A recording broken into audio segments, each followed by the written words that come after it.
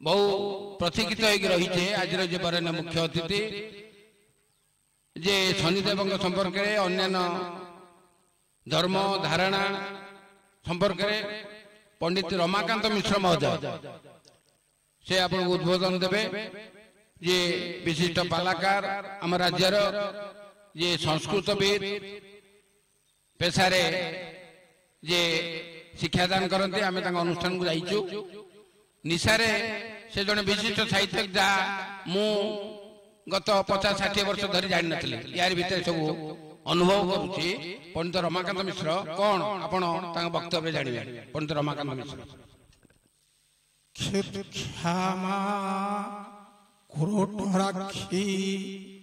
मसी मलिन मुखी मुक्तकेशी रुदन्ति नाहं तृप्ता वदन्ति जगदखिलमिदं ग्रासमेकं करोमि हस्ताभ्यां धारयन्ति ज्वलदनलसिका सन्निभं पाशजुगमं दन्तैर्जम्बू अलाभै हरिहरतु भयं भद्रकाली कपाल।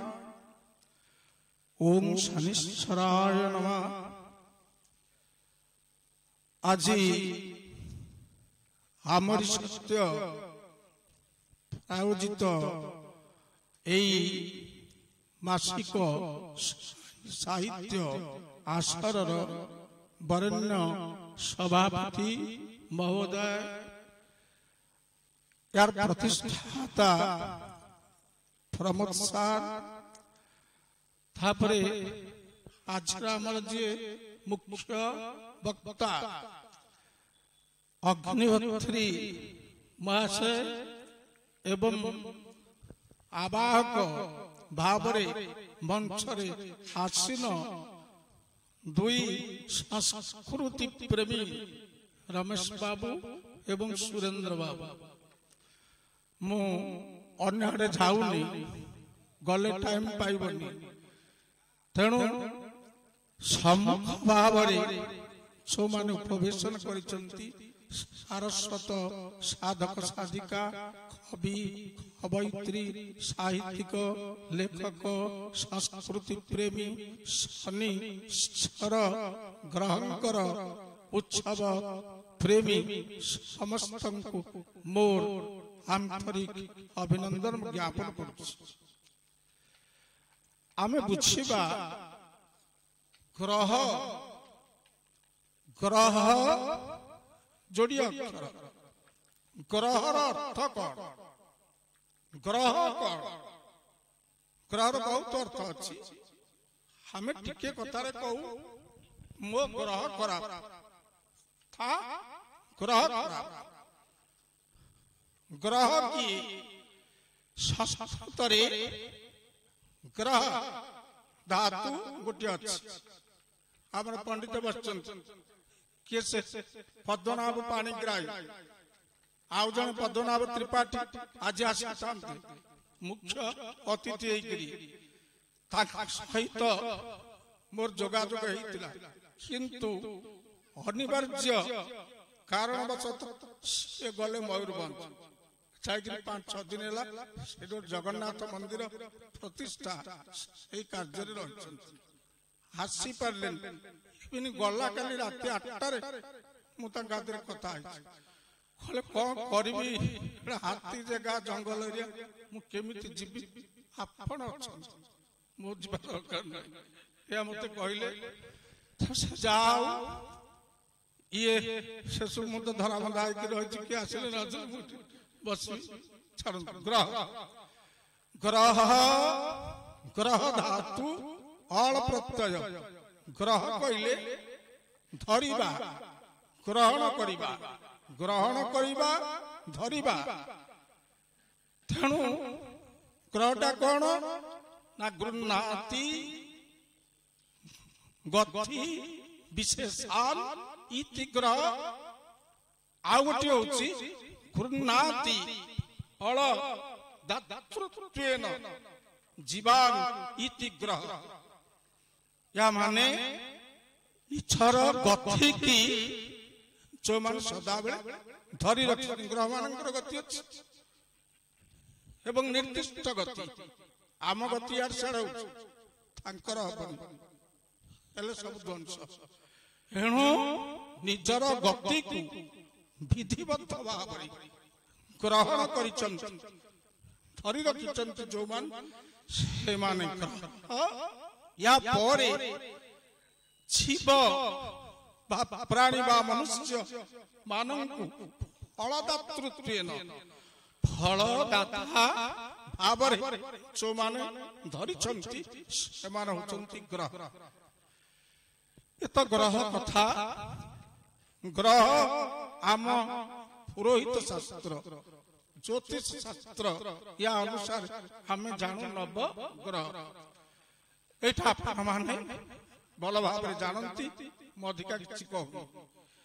ଏଇ ନବଗ୍ରହ ମଧ୍ୟରେ ଶନିଶ୍ଚର, ତାଙ୍କର ସ୍ଥାନ ହଉଛି ସପ୍ତମ। ସପ୍ତମ ଗ୍ରହ ଶନିଶ୍ଚର। ଟିକେ କହିବି, ଆମେ ତାଲବ୍ୟ ନରେ ହର୍ଷଇକାର, ପୁଣି ତାଲବ୍ୟ ତଳେ ଶନିଶ୍ଚର, ଏଟା ରିଅଲି ଭୁଲ। ତାଙ୍କ ନାଁ ଶନିଶ୍ଚର ନୁହେଁ। ଆପଣ ଦେଖନ୍ତୁ ଅଭିଧାନ ଗ୍ରନ୍ଥ ଛଉ ଶାସ୍ତ୍ର ଦେଖନ୍ତୁ, ଶନୈଶ୍ଚର, ଶନୈଶ୍ଚର, ଶନୈ ଛରତି ଇତି ଶନୈଶ୍ଚର। ଶନୈ ବୋଲେ ଧୀରେ, ଛରତି ଗତି କରନ୍ତି, ସିଏ ଶନୈଶ୍ଚର। ଶନୈଶ୍ଚର ଏଇଟା ହଉଛି ତାଙ୍କର ପ୍ରକୃତ ନାମ, ଶନୈଶ୍ଚର। କିନ୍ତୁ ଏଇଟା ଅପଭ୍ରଷ୍ଟ ହେଇକିରି ଆମେ କହୁଛେ ଶନିଶ୍ଚର, ଶନିଶ୍ଚର, ଶନିଶ୍ଚର, ଏ କଥା ଆମେ କହୁଛେ। ତେବେ ସେଟା ଆଉ ଶନି ଆମର ଛା ପୁରାଣ ବର୍ଣ୍ଣନା ଅଛି, ତାଙ୍କର ନାଁ 20ରୁ ଅଧିକ ନାଁ ଅଛି। ଶନିଙ୍କର ଆମେ ଜାଣୁଛେ ଶନି ଗୋଟିଏ ନାଁ ନୁହଁ, 20ରୁ ଅଧିକ ନାଁ। ଶନି, ଅନୈଶ୍ଚର, ପାତଙ୍ଗୀ, ଭାସ୍କରୀ, ସୌରୀ, ମନ୍ଦ, ପଙ୍ଗୁ, ଛୋଟା। ଏଥିପାଇଁ ତାଙ୍କ ଗତିଟା ଧୀର ଗତି। ଅନ୍ୟ ନାମ ତାଙ୍କର ପଙ୍ଗୁ। ମନ୍ଦ ଗ୍ରହ ମଧ୍ୟ କୁହାଯାଏ, ମନ୍ଦ ଗତି ହେତୁ। ଏମିତି 20ରୁ ଅଧିକ ନାଁ ରହିଛି, ଶନି ଗ୍ରହଙ୍କର ଅଧିକ ନାଁ ରହିଛି। ଏଇ ଶନି ଗ୍ରହ ଆମର ଆଜିର ପ୍ରସଙ୍ଗ ରହିଛି ଓଡ଼ିଆ ସଂସ୍କୃତିରେ ଶନି ପୂଜା। ଆମ ଓଡ଼ିଆ ସଂସ୍କୃତି ଏଭଳି ଏକ ବଳିଷ୍ଠ ଏବଂ ପବିତ୍ର ସଂସ୍କୃତି। ଏ ସଂସ୍କୃତିରେ 12 ମାସରେ 13 ପର୍ବ ବିଭିନ୍ନ ଦେବାଦେବୀଙ୍କର ଆମେ ପୂଜା କରୁ। ଛଉ ଦେବାଦେବୀଙ୍କର ମହତ୍ଵ ପୁରାଣରେ ବର୍ଣ୍ଣିତ ବିଭିନ୍ନ ଓଷା ବ୍ରତ କଥା ଆମେ କରୁ। ୟା ବାଦେ ଆପଣ ଦେଖନ୍ତୁ ଓଡ଼ିଆ ସଂସ୍କୃତି କେମିତି ଦେବାଦେବୀଙ୍କୁ ଛାଡ଼ି ଆମେ କେତେ ନୂଆ ଦେବତା ବି ତିଆରି କରୁଛୁ। ଗୁଡ଼ା ପୁରାଣର ନାମ ଆମେ ଅନ୍ତୋଷୀମା ବ୍ରତ କରୁଛୁ। କୋଉ ପୁରାଣରେ ଅଛି? ସେ ପୁରାଣର ନାମ ତ୍ରିନାଥ ମେଳା, ଶନି ମେଳା, ଗଣେଶ ମେଳା, କିଶୋ ମେଳା। ଏ ମେଳା ଗୁଡା କଳିରେ ସୃଷ୍ଟି, ଗୁଡା ପୁରାଣ ଭିତରେ ନାହିଁ।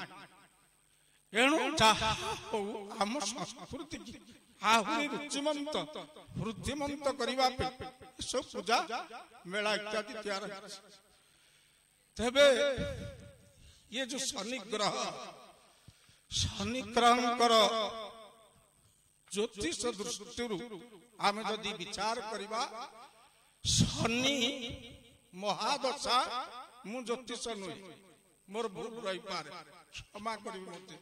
ଆଉ ଅଗ୍ନିହୋତ୍ରୀ ମହାଶୟ ଆମର ମୁଖ୍ୟ ବକ୍ତା ବସିଛନ୍ତି, ଯଦି ଜ୍ୟୋତିଷ ବିଦ୍ୟା ଜାଣିଥିବେ ସେ ମତେ ଧରିବେନି ଭୁଲ। ମୁଁ ଜ୍ୟୋତିଷ ନୁହେଁ, କିନ୍ତୁ ପିଲାଦିନୁ ମୋ ଦୁଆରେ 15-20 ଲୋକ ରାତି ପାଇଲେ ମୋ ବାପାଙ୍କ ପାଖରେ ଠିଆ ହେଲେ।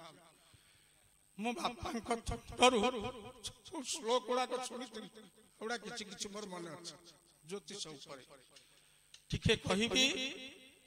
ଶନି ମହାଦଶା ଭୋଗ ହଉଛି 19 ବର୍ଷ। ମହାଦଶାରେ ଶନି ହଉଛନ୍ତି 19 ବର୍ଷ। ୟା ପରେ ଆଉ ଗୋଟେ ଶନି ସପ୍ତାହ। ଶନି ସପ୍ତାହ କହିଲେ ଶନି ମନ୍ଦ ଅବସ୍ଥାକୁ ଆସିବେ। ଖରାପ ଫଳ, ଅଶୁଭ ଫଳ, ନାନା ପ୍ରକାର ହାନି କର। କେତେବେଳେ ସେଇଟା କେତେ ଦିନ? ଏଇଟା ହଉଛି 7 ବର୍ଷ 6 ମାସ।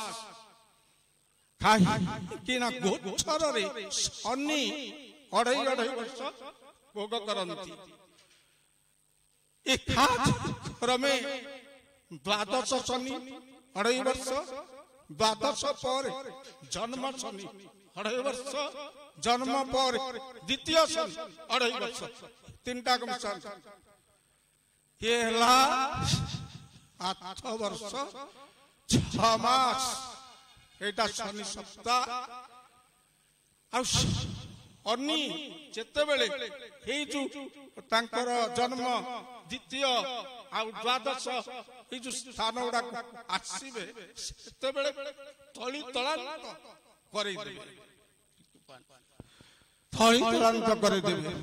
ଗୋଟେ ଜ୍ୟୋତିଷ ଶ୍ଲୋକ ମୁଁ କହୁଛି, ମୁଁ ବହିରୁ ପଢିନି, ମୋ ନନା ଗାଆନ୍ତି ଶୁଣିକିରି ମୋ କାନରେ ବାଜିଥିଲା, ମୁଣ୍ଡରେ ଥିଲା। ଦ୍ୱିତୀୟ ଜନ୍ମନି ସପ୍ତମ ରନ୍ଧ୍ର ଗତେ ଚତୁରାଷ୍ଟକ ପଞ୍ଚମ ଦ୍ୱାଦଶକେ ଶନି ସିଂହ ଭାସ୍କର ଭୂମି ସୁତେ ବଧ ବନ୍ଧ ନିରସ୍ତୁଚ ଶୋକ করে। দ্বিতীয় জন্মনি তারপরে পঞ্চম সপ্তম তারপরে হচ্ছে দ্বাদশ ইত্যাদি জায়গা গুড়াক। দ্বিতীয় জন্মনি সপ্তম রন্ধ্র বলে নবম স্থান। এই বড় শনি নুহতি এই জায়গায় জন্মরে দ্বিতীয়রে সপ্তমরে পঞ্চমরে এই জায়গা মানকর শনি রাহু ভূমিসুত যে মঙ্গল, শনি সিংহ ভাস্কর যে রবি, ভূমিসুত যে মঙ্গল, এমানে যদি রহନ୍ତି বন্ধন শোক করে। বধ হইপারে, বন্ধন ବି ହେଇପାରେ, ଶୋକକାର ମଧ୍ୟ ହେଇପାରେ।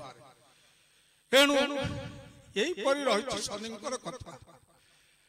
ଶନି ସପ୍ତାହ ପଡ଼ିଲେ ବ୍ୟକ୍ତି ତଳିତଳାନ୍ତ ହେଇଯାଏ।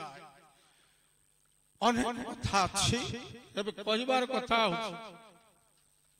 କଥା ହଉଛି ଯେ ଆମର ଗୋଟେ ଶନିଙ୍କର ଉଚ୍ଚ ଜାଗା କୋଉଟା, ନିଚ ଜାଗା।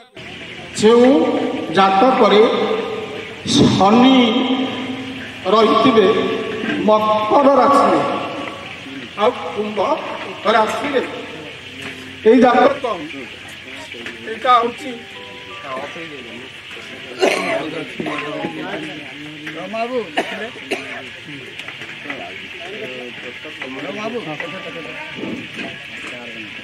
তেণু এই জাতক এটা হচ্ছে শনিଙ୍କର শনিଙ୍କର ইয়া মানে নিজ ঘর। শনি যদি জাতকরে নিজ ঘরে অଛନ୍ତି, মানে মকর এবং কুম্ভ রাশিরে অଛନ୍ତି, ତେବେ ଶନିଙ୍କର ବିଷମ ଦୃଷ୍ଟି ରହେ ନାହିଁ ଜାତକ ପ୍ରତି। ଶନି ସପ୍ତାହ ଇଏ ପଡ଼ିଲେ ମଧ୍ୟ ଅଧିକ କ୍ଷତି କରେ ନାହିଁ। ଏ ଗୋଟିଏ କଥା। ଶନି ତୁଳା ରାଶିରେ ରହିଲେ ଉଚ୍ଚ ଫଳ, ଏବଂ ଶନି ଯଦି ରହିଲେ ଆପଣଙ୍କର ଦେଶରେ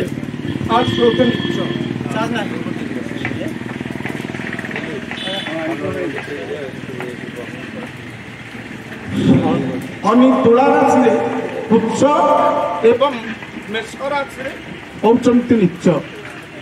ଏଣୁ ଏହିପରି ଭାବରେ ମୋ କହିବା କଥା ବିଭିନ୍ନ କାରଣ ରହିଛି ଜ୍ୟୋତିଷ ଶାସ୍ତ୍ରରେ। ଆମେ ତ ଜ୍ୟୋତିଷ ନୁହଁ, ଅଧିକା କଥା ସେଟା ଉପରେ କହିପାରିବୁନି, ଏତିକି କେବଳ ଟିକେ ଧାରଣା ଦେବି। ଏହି କାରଣରୁ ସବୁ ଗ୍ରହଙ୍କର ମୁକ୍ତି ପାଇବା ପାଇଁ ଆମେ ଗ୍ରହମାନଙ୍କର ପୂଜା କରିଥାଉ, ଗ୍ରହ ଯଜ୍ଞ କରିଥାଉ ଏବଂ ଶନିଙ୍କର ମଧ୍ୟ ତାଙ୍କ ଦୃଷ୍ଟିରୁ ଆମେ ମୁକ୍ତି ପାଇବା ପାଇଁ ଆମେ ତାଙ୍କର ପୂଜା ଆରାଧନା କରିଥାଉ। ଏଣୁ ଆମ ଓଡ଼ିଆ ସଂସ୍କୃତିରେ ଶନି ମେଳା, ଶନି ପୂଜା ଇଏ ବରାବର ଭାବରେ ସଦାବେଳେ ଚାଲିଛି। ତେବେ ଆପଣଙ୍କୁ ଟିକେ କହିବି, ଯଦି କାହାର ଶନି ଖରାପ ତାର ପ୍ରତିକାର କ'ଣ? ଏହାର ପ୍ରତିକାର ଅଛି ଆପଣ ନିଜ ଘରେ ଗୋଟେ ମାଟି ଦୀପରେ ରାଶି ତେଲ ପକେଇବେ, ଆଉ ଗୋଟେ ଲୁହା କଣ୍ଟା ପକେଇବେ। ଲୁହାଟା ଶନିଙ୍କର ଧାତୁ। ଏହି ଦୀପଟା ପ୍ରତିଦିନ ଘରେ ଜାଳିବେ। ନତୁବା ଶନିଙ୍କର ଇଷ୍ଟ ଦେବୀ ମା ଦକ୍ଷିଣ କାଳୀଙ୍କ ମନ୍ଦିରରେ ଏମିତି ମାଟି ଦୀପ, ରାଶି ତେଲ, ଲୁହା କଣ୍ଟା ପକେଇ ଦକ୍ଷିଣ କାଳୀ ମନ୍ଦିରରେ ଜାଳିବେ।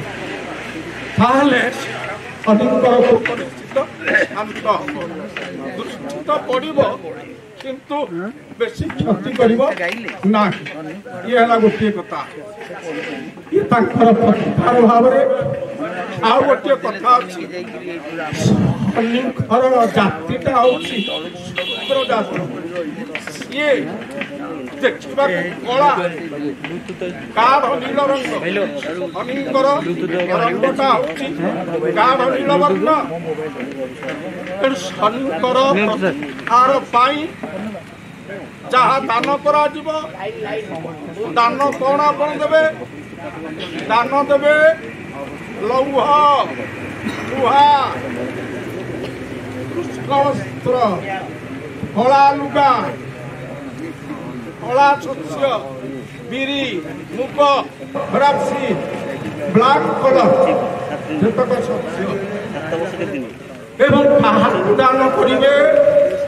ଅନେକ କଳା ରଙ୍ଗର ଛଣ୍ଡାଳକୁ ଦାନ କରିବେ। ଏଇଟା ଶନିଙ୍କର ଦାନ ପାଇଁ ଏଇଟା ରହିଛି। ସବୁ କଥା ମୁଁ ବେଶୀ କହିବିନି, ଟିକେ କହିବି। এই যে শনিগ্রহ আমার ইয়াଙ୍କର ଏମିତି ଅବସ୍ଥା କାହିଁକି ହେଲା? ଏ କାହିଁକି ମନ୍ଦ ଗ୍ରହ ହେଲେ? ତାଙ୍କର କାହିଁକି ବିଷମ ଦୃଷ୍ଟି ହେଲା? ୟା ବାବଦରେ ଅଳ୍ପ ଟିକେ କଥା ମୁଁ କହିବି, ଆଉ ଅଧିକ କହିବିନି। ସେ ଶନି ପ୍ରକୃତରେ ଯୋଉଟା ଲେଖା ହେଇଛି ବ୍ରହ୍ମବୈବର୍ତ ପୁରାଣ, ସଂସ୍କୃତ ବ୍ରହ୍ମବୈବର୍ତ ପୁରାଣରେ ଯୋଉଟା ଲେଖା ହେଇଛି, ଶନି ହଉଛନ୍ତି ସୂର୍ଯ୍ୟଙ୍କର ପୁଅ। ମା କିଏ? ମା ହଉଛନ୍ତି ଛାୟା। ଛାୟା କିଏ?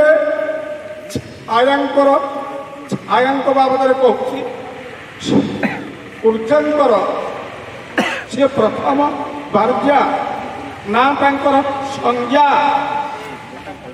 ସଂଜ୍ଞା ସୂର୍ଯ୍ୟଙ୍କର ଅସହ୍ୟ ତେଜକୁ କହିପାରିଲେନି, ଛାଡ଼ି ଦେଇକିରି ବାପ ଘରକୁ ଗଲେ। ଜଣା ପଡ଼ିଯିବ କଥା। ଏଣୁ ଗୋଟେ ମାୟାମୟୀ କନ୍ୟା ସେ ସୃଷ୍ଟି କଲେ, ଯାହାର ନାମ ହେଲା ଛାୟା। ସେ ଛାୟା ସମସ୍ତେ କହନ୍ତି, କିନ୍ତୁ ଏ କନ୍ୟାର ଆଉ ଗୋଟେ ନାଁ ରହିଛି। ସିଏ ଛାୟା, ତାଙ୍କର ଅନ୍ୟ ନାମ ହେଉଛି ସବର୍ଣ୍ଣା। ଯେହେତୁ ସଂଜ୍ଞାଙ୍କର ବର୍ଣ୍ଣ ସହିତ ତାଙ୍କର ବର୍ଣ୍ଣ ମିଶିଲା, ରୂପ ମିଶିଲା, ଏଣୁ ତା ନାଁ ସଂଜ୍ଞା ସବର୍ଣ୍ଣା। ତାକୁ ସୂର୍ଯ୍ୟଙ୍କ ପାଖରେ ଛାଡ଼ି ଦେଇକରି ଗଲେ। ସୂର୍ଯ୍ୟ ଜାଣିପାରିଲେନି ସନ୍ଧ୍ୟାଙ୍କର ରୂପ ଯାହା ୟାଙ୍କ ରୂପ ସେଇଆ। ଫଳରେ ସୂର୍ଯ୍ୟଙ୍କ ଉରସରୁ ଏଇ ଯୋଉ ଅବର୍ଣ୍ଣା ବା ଛାୟା ତାଙ୍କର ଇଏ ପ୍ରଥମ ଗର୍ଭ ସବୁ ପୁଅ ଜନ୍ମ ହେଲେ। ଇଏ 14 ମନୁ ଭିତରେ ଜଣେ, ତାଙ୍କ ନାମ ହେଲା ସାବର୍ଣ୍ଣୀ। ଅବର୍ଣ୍ଣାୟା ଅପତ୍ୟମ୍ ଉମାନ୍ ଇତି ସାବର୍ଣ୍ଣୀ। ସବର୍ଣ୍ଣାଙ୍କ ଆରୁ ଜାତ ହୋଇଥିବାରୁ ନାମ ତାଙ୍କର ହେଲା ସାବର୍ଣ୍ଣୀ ମନୁ। ସାବର୍ଣ୍ଣୀଙ୍କ ପରେ ଦ୍ୱିତୀୟ ପୁତ୍ର ସେ ଜନ୍ମ ହେଲେ, ସେ ଶନିଶ୍ଚର। ଦ୍ୱିତୀୟ ପୁତ୍ର କହୁଛନ୍ତି ଶନିଶ୍ଚର। ଆହୁ ପୁରାଣରେ ଅଛି ଯମ ବି ତାଙ୍କର ପୁତ୍ର। କନ୍ୟା ଗୋଟିଏ ଥିଲା, ନା ତାର ତପତୀ, ଏକଥା ପୁରାଣରେ ଅଛି। ଶନି ଏଭଳି କାହିଁକି ତାଙ୍କର ଦୃଷ୍ଟି ହେଲା ମୁଁ ଟିକେ କହୁଛି। ବାଲ୍ୟ କାଳରୁ ଶନି ଥିଲେ ବିଷ୍ଣୁ ଭକ୍ତ, ଭଗବାନ ନାରାୟଣଙ୍କର ଭକ୍ତ। ସଂସାର ପ୍ରତି ଆସକ୍ତି ନଥିଲା, ବିଷୟ ଆସକ୍ତି ନଥିଲା। ଯେତେବେଳେ ତାଙ୍କର ବୟସ ବଢ଼ିଲା, ଏ ବୟସ ବଢ଼ିବା ସହିତ ସୂର୍ଯ୍ୟଦେବ ସିଏ ବାପା, ଏ ଚାହିଁଲେ ପୁଅକୁ ବିବାହ କରାଇବେ। ଶନିଙ୍କୁ ବିବାହ ଦେଲେ। କାହାକୁ ଦେଲେ? ଶନି ଯାହାକୁ ବିବାହ ହେଲେ, ଇଏ ବ୍ରହ୍ମବୈବର୍ତ ପୁରାଣ ସଂସ୍କୃତରେ ପ୍ରମାଣ କରିଛି। ଚିତ୍ରରଥ ଗନ୍ଧର୍ବର କନ୍ୟା ନାମ ତାର ଦୀର୍ଘାଙ୍ଗୀ। ଏ ଦୀର୍ଘାଙ୍ଗୀ କି ଶନି ବିବାହ କଲେ। ବିବାହ କରିବା ପରେ ଦିନକର କଥା, ଦୀର୍ଘାଙ୍ଗୀ ଋତୁ ସ୍ନାନ କରିଥିଲେ। ଋତୁ ସ୍ନାନ କରିଥିବା ଅବସ୍ଥାରେ ସବୁଦିନ ଶୁଦ୍ଧ ସ୍ନାନ କଲେ ଶନିଙ୍କ ନିକଟରେ ଯାଇକରି ପହଞ୍ଚିଲେ ଏବଂ ଶନିଙ୍କୁ ଆହ୍ୱାନ କଲେ, ତୁମେ ଆସ, ସ୍ୱାମୀ ଧର୍ମ ପାଳନ କର, ମୋର ଋତୁ ରକ୍ଷା କର। ଏଇ କଥା ଯେତେବେଳେ କହିଲେ, ସେତେବେଳେ ଶନି ରାଜା ପ୍ରତି ଦୃଷ୍ଟି ନଥିଲା, ଦୃଷ୍ଟି ଥିଲା ଭଗବାନଙ୍କ ପାଦରେ। ଭଗବାନଙ୍କ ପାଦରୁ ଗୋଟାଏ ମୁହୂର୍ତ୍ତ ଦୃଷ୍ଟି ସେ ଅଲଗା କରିନଥିଲେ। ବାହ୍ୟ ଜଗତରେ କଣ ହଉଛି ଶନି ତାହା ଜାଣିନଥିଲେ। ସ୍ତ୍ରୀ ଅନୁରୋଧ କରୁଛି ଏ କଥା ମଧ୍ୟ ଜାଣିନଥିଲେ। ସ୍ତ୍ରୀର ଋତୁ ସ୍ନାନରେ ତା ସହିତ ମିଳନ ହବା ଏଇଟା ମଧ୍ୟ ଶନି ଭୁଲି ଯାଇଥିଲେ ଭଗବାନଙ୍କୁ ଚିନ୍ତା କରିକି। ତେଣୁ ରାଗରେ ପ୍ରଜ୍ୱଳିତା ହୋଇ ଏଇଠି ଦୀର୍ଘାଙ୍ଗୀ ଅଭିଶାପ ଦେଲେ ଶନିଙ୍କୁ, ତମେ ମୋ ଆଡ଼କୁ ଚାହିଁଲ ନାହିଁ, ମୋ ଆଡ଼କୁ ଚାହିଁଲନି କି ମୋର ଋତୁ ରକ୍ଷା କଲ ନାହିଁ। ଏଇ ହେତୁରୁ ମୁଁ ତମକୁ ଅଭିଶାପ ଦେଉଛି। ଯୋଉଟା ବ୍ରହ୍ମବୈବର୍ତ ପୁରାଣ କରିଛି, ନା ଦୁଷ୍ଟାହଂ ତ୍ୱୟା ଯେନ न कृतं ऋतुरक्षणं त्वया दृष्टं सुजद्यत्सु मूढ़ सर्वं विनश्यति।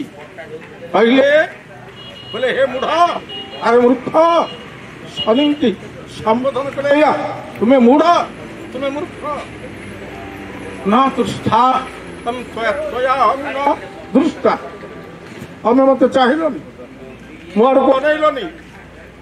न कृतं ऋतुरक्षणं, ऋतुस्नाता नारी निकटरे स्वामीर जो धर्मता मध्य रक्षा कल ना। एणु त्वया दृष्टं यद्यस्तु त्वया दृष्टं जात जात तु, तमे जोटा को देखिब चाहिब मूढ़ सर्वं विनश्यति। एगुड़ाक जली पड़िक ध्वंस हो, तमे क्या चाहिए, मत चाहिए मैंने क्या चाहिए। स्थिर अभिशाप होगला। से दिन ठार मुह पोतिक चलिले नम्र मुख होकर चलिले आ विश्वमने पदे कही जिते भगवान गणेश जन्म ग्रहण कले महादेव मंदिर रे लगी उत्सव देवता माने जाउचंती नुआ पुओ को देखुचंती शनिदेव को देवता माने कहले एणु देवता मानकर बहु अनुरोध शनिदेव गले जिते जाइचंती माँ पार्वती गणेश धरी अभी पहुंचे मुह तल को पोति माँ कहले शनि तमें तो पुओ को देखा आस मुह कहीं तल को पोतिच ना माँ मुझा चाहिए ना कहीं ना मो भार्यार अभिशाप अच्छे मु चाहिए जहाँ से जल माँ हसिले तार कारण पचारे कहीं वृत्तांत कही यही कारण मो स्त्री मत अभिशाप दे बहु बाध्य कर जिते चाहिए गणेशंकर मुह पर अल्प टिके नजर पड़ा टिकक नजर गणेशंकर मुंड जलीगला बहुत पुराण अच्छी इब षोल मारिक गणेश मुंड काटिले सदी मुंड काटिले से मुंड लगे यहाँ ब्रह्मवैवर्त पुराण गणपति खंड अग्नि दृष्टि गणेश मुंड जल एणु स्त्री अभिशाप आमर अग्निहोत्री बाबू अच्छा बहुत कथा कह इमिति पावर अच्छी से हनुमान लंका को जाइए रावण आगे बंधा होकर पहुंचले रावण सर मैंने बांधि लेकिन रावण आगे ठिया कर जुक्ति तर्क चलला हनुमान देखिले रावण सिंहासन बसुची तार गोड़ तले कि गोटे मुह मारिक पड़ी रावण ता पिठी पर गोटे को थोड़ी पचारे हनुमान बोला रे हे अरे क्या गोड़ तले पकड़ पिठी गोड़ थोड़ी ना से शनि 33 कोटी देवा देवी कटे शनि दृष्टि भारी खराब मु जानी तेणु मुह मरई मुझा पिठी गोटे गोड़ थोड़ी हनुमान कहले तू ये कहू त्रिपुरा विजयी वीर वीरर धर्म कौन तू जानू कौन वीर धर्म जी जहाँ जय करे छाती गोड़ पिठी गोड़ मड़े तू कहू कौन त्रिपुरा विजयी वीर या कहू कहू रावण लेउटे देला का शनि के लेउटे देला शनि दृष्टि पड़ा को लंका जाला हनुमान लांगुड़े निआ लगे लंका को जादेला शनि दृष्टि लंका जलिला शनि को छाड़ना महादेव को भी पानी बुड़े रखी महादेव कहले शनि तमें मोर किसी कर ना प्रभु मो दृष्टि जहाँ पर पड़ू मुझे हईराण करवा भय ना मु तो महाकाल मृत्युंजय देवदेव तमें मोर कौन कर शनु कहले ये दिन तू मोर पड़ू दृष्टि आपण सावधान महादेव कले कौन महादेव ये सर महादेव कहले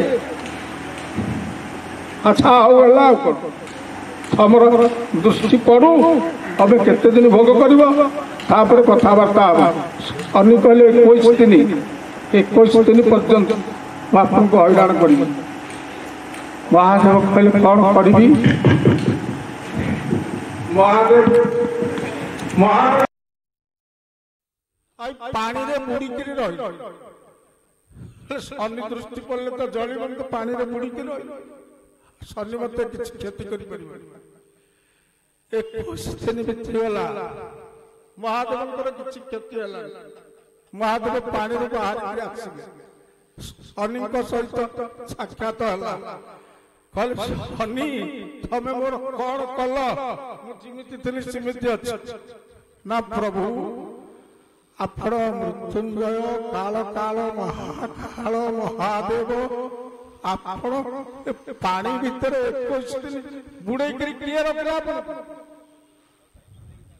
पानी भितर मुंह बुड़े रखले आपण 21 दिन आउ कौन करता एणु एमती बहुत कथा अच्छी आम ओडिया संस्कृति रामायण अच्छी महाभारत अच्छी ओडिया कवि माने शनिकर महिमा को लेकर मादाम सुकांती मैडम नारी कवि अपर्णा लिखिं श्रीवत्स चिंता काव्य शनि लक्ष्मी विवाद विचारपति राजार अवस्था कौन आउट अच्छी ऊर्जा कन्या तपति ताकू विवाह कर हस्तिनार राजा संबरण शनि कोप दृष्टि कौन है अवस्था राज्य निर्वाचित अरण्य भितर रहिले हाथी ताड़ीबा पड़ा पुओ को सर्प दंशन कला ये भली अवस्था निज भौणी की भिड़े अवस्था एणु मो कहवा कथा होई भाव नवग्रह भितर ग्रह अराज दिजन ना पाखे लगे ग्रहराज सूर्य ग्रहराज शनि आउ को ग्रहराज नहीं गंगाधर मेहर लिखिंट ग्रहराज करने पड़ा ऋतु सम्राट भाषा ग्रहराज होती सूर्य एवं ग्रहराज होती शनि एणु 9 ग्रह भितर राजा होती बापा पुओ ये दिज राजा आउ कथा अच्छी गोटे लाइन कह सारी आपण नवग्रह गोटे मंदिर देखिए जो 9 ग्रह जदि अलग मंदिर देखिए केवल सूर्यंकर अच्छी आउ शनिकर अच्छी अन्य कौन ग्रह स्वतंत्र मंदिर नहीं तेणु मंदिर रही सूर्यंकर आ मंदिर रही शनिकर मंगल मंदिर बुद्ध मंदिर बृहस्पति मंदिर शुक्र मंदिर राहु मंदिर केतु मंदिर ये सब किसी ना एणु यहीपरि छौ महामहिमामय ग्रहराज शनि आज तांकर पवित्र परिसर रे आमर सत्यर ए जो आसर चली आसीता पद्मनाभ त्रिपाठी किंतु आसीपारे मुझे मत जना मत कहली आउ कहवा टाइम नवा समय ना मत केवल धन्यवाद देवी आम सुरेंद्र बाबू रमेश बाबू प्रति आम नागेश्वर मंदिर मीटिंग सरिबा पर मत देखा करते सुरेंद्र बाबू ओडिशार जने ख्यातनामा गायक रत्न प्रभात साहू से तांकर भाई हेबे एटी देखा करथिले एवं ए बाबत कथबार्ता हेतिलु जनवरी हेता फेब्रुआरी हला आ गोटे कथा कहिबी ये जो उत्सवटी होउची एटा किछि बड़ कथा न लोक बाहर में मद आणुचंती लक्ष लक्ष टंका बाहर में मद लक्ष लक्ष टंका आसुची ए उत्सव केते टंका खर्च ये टंका 12-14 हजार भीतर कथा मद पे लोकंकर उड़ुची पैसा धर्म पे नहीं संस्कृति पे नहीं साहित्य पे नहीं एटा होता बड़ दुखर कथा धन्यवाद दूची एवं कहूची एटा शनिश्चरंकर कृपा हो आसंता वर्ष आउ थरे एठी गोटे मीटिंग हो समस्त गोटे करताल दियम एतिकी कहि मोर वक्तव्य सांग करूची तो सतले अनेक अनेक धन्यवाद जते धन्यवाद देले मते कम हेबो पंडित रमाकांत मिश्र शनिदेवंकर संपर्क रे किभଳି विधि विधान अछि तांको पूजा उत्सव काहे कि शनिदेवंको पूजा करा जाय एवं जटणीर ए शनि मंदिर जो प्रतिष्ठा है जटणी ताहा मध्य एक बहु उत्तम कार्य जो प्रत्येक व्यक्ति तार शनिग्रह दूर होगा मानसिक करि थाए जहाँ संपर्क पंडित आमर कहते।